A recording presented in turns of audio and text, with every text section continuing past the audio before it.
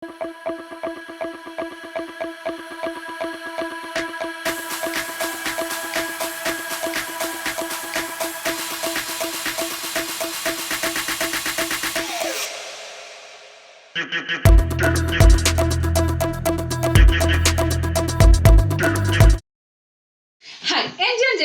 Reaction വീഡിയോയിലേക്ക് സ്വാഗതം. അപ്പോൾ നമ്മൾ റിയാക്ഷൻ ചെയ്യാൻ പോകുന്നത് കമൽ സാറിന്റെ ഇന്ത്യൻ മൂവിയിലെ ആ ഒരു നെക്സ്റ്റ് സോങ് ആണ്. കാരണം ആ ഒരു സീനിന് ശേഷം ആ ഒരു മ്യൂസിക് ചെറുതായിട്ട് ഇങ്ങനെ വന്നിട്ടുണ്ടായിരുന്നു. നമുക്കറിയാം ആ ഒരു ഫൈറ്റ് ഒക്കെ നടന്നു, നമ്മുടെ റേസിംഗ് ട്രാക്കിലുള്ള ഒരു ഫൈറ്റ്. അത് കൂടാണ്ട് നമ്മളെ ഇന്ത്യൻ്റെ ഒരു അടി ഉണ്ടായിരുന്നു നമ്മുടെ ട്രാഫിക് പോലീസിനുള്ള. ആ ഒരു സംഭവങ്ങളൊക്കെ കഴിഞ്ഞതിന് ശേഷം കറക്റ്റ് കുറച്ച് ക്യൂട്ടൊക്കെ ആയിട്ടുള്ള ഒരു മൊമെന്റ് ഒക്കെ കഴിഞ്ഞതിന് ശേഷം ആ ഒരു സോങ്ങിലോട്ട് വരികയാണ് നമ്മളെ ടെലിഫോൺ മണിപ്പൂർ. യെസ്, ആ ഒരു സോങ് ആണ്. നമ്മുടെ ഹരിഹരൻ സാറും ഹരിണിയും കൂടിയാണ് ഈ സോങ് പാടിയിരിക്കുന്നത്. നമ്മൾ ഒരുപാട് വട്ടം ഈ ഒരു സോങ് കേട്ടിട്ടുണ്ട്, പക്ഷെ ഇതിന്റെ വിഷ്വൽ ഒരിക്കലും നമ്മൾക്ക് എന്താ പറയാ കാണാനായിട്ട് ഒരു അവസരം ഇതുവരെ എവിടെയൊക്കെയല്ലോ ആ ഒരു സംഭവങ്ങൾ, അതായത് ചില മാഷപ്സിലൊക്കെ ഉണ്ടാവില്ലേ, അവിടെയൊക്കെ നമ്മൾ കണ്ടിട്ടുണ്ട്. പ്രത്യേകിച്ച് ഞാൻ കണ്ടിട്ടുണ്ട്.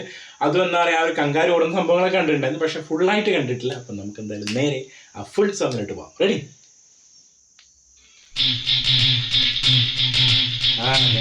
ഇതാ ഞാൻ കണ്ടു പറഞ്ഞു.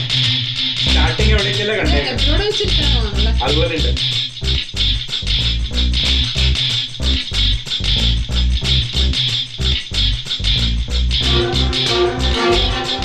കിട്ടും മ്യൂസിക് കിട്ടും അല്ലേ?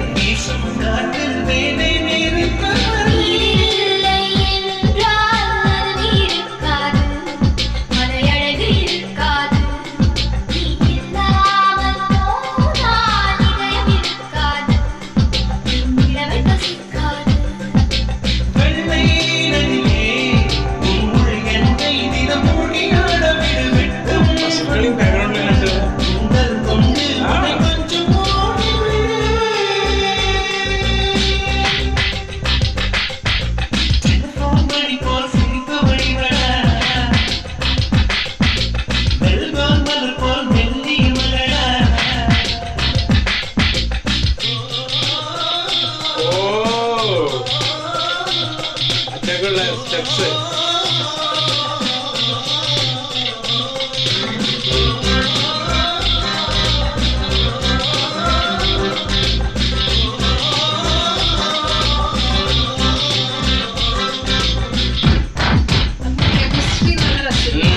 രണ്ടുപേരും ഗംഭീരം.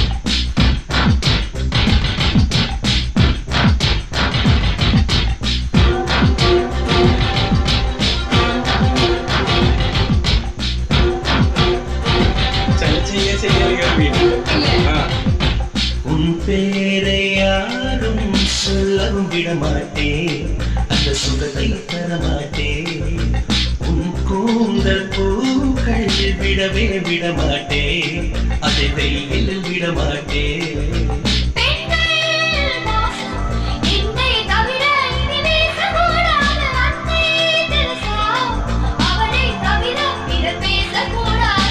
நீ போகும் தேதியில் ஆண்களை விடமாட்டேன் சில பெண்களை விடமாட்டேன் விடமாட்டேன் அதை கவலை தரமாட்டேன்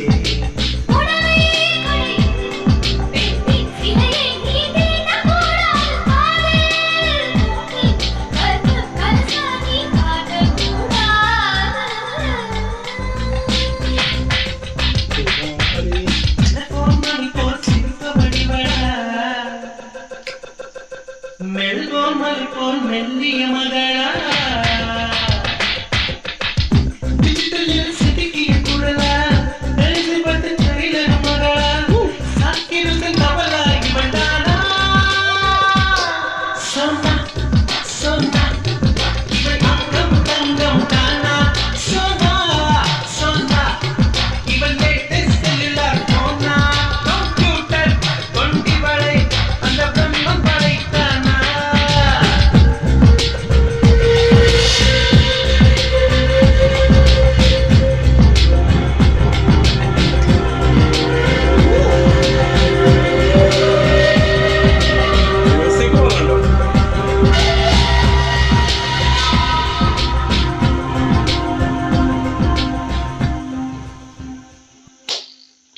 മോനെ സോങ് രക്ഷയില്ലാത്ത, അതായത് ആ ഒരു കാലഘട്ടത്തിൽ എനിക്ക് തോന്നുന്നത് A.R. റഹ്മാൻ സാറിന്റെ ഇപ്പൊ ഉള്ള സോങ്ങിനേക്കാളൊക്കെ എന്താ പറയാ ഇരട്ടി ഇരട്ടി ഇരട്ടി ബെറ്റർ ആയിരുന്നു ആ സമയത്തുള്ള സോങ്സ് അല്ലേ? ഭയങ്കര, അതായത് കമ്പോസിഷൻ ഒരു രക്ഷയില്ല, ഇൻസ്ട്രുമെന്റ്സ് ആയാലും ബീറ്റ് ആയാലും ഭയങ്കര എക്സ്പെരിമെന്റിങ് സംഭവം. അതിന്റെ ഇടയിൽ ആ ഒരു ക്ലാസിക്കൽ ടച്ചിലോട്ട് പോകുന്നുണ്ട്. ശരിക്കും ആ ചരണങ്ങളൊക്കെ പാടുന്ന സമയത്ത് കുറച്ച് ആ ഫസ്റ്റ് തുടങ്ങിയ പാട്ടല്ല, പിന്നീട് അവിടെ നിന്ന് മാറിക്കൊണ്ടിരിക്കും, പിന്നെ അഗൈൻ തിരിച്ചു വരും. അതായത് എന്താ പറയാ എപ്പോഴും മാറുകയാണ്. അതായത് എന്താ പറയല്ലേ, ആ ഒരു ഫ്രെയിമിൽ ഉണ്ടായിരുന്ന സംഭവം ഇതിനകത്ത് വരുന്നത്. അതായത് സെയിം ലൈൻസ് ആണ് എന്നുണ്ടെങ്കിലും അതിനകത്ത് ഉപയോഗിക്കുന്ന ഇൻസ്ട്രുമെന്റ്സ് ഇങ്ങനെ മാറിക്കൊണ്ടിരിക്കുകയാണ്. അയ്യോ ക്ലാസി സാധനം, അത് ഒരു രക്ഷയില്ല. അത് മാത്രമല്ല പാടിയിരിക്കുന്ന രണ്ട് സിംഗേഴ്സ്, അവരുടെ കോമ്പിനേഷൻ കേട്ടോ. ശരിക്കും നമ്മളെ കമൽ സാർ, മനീഷ കൊയ്രാല, ഇവരുടെ രണ്ടുപേരുടെയും കെമിസ്ട്രി നല്ലതാണെന്ന് നമ്മൾ പറഞ്ഞിട്ടുണ്ടായിരുന്നു.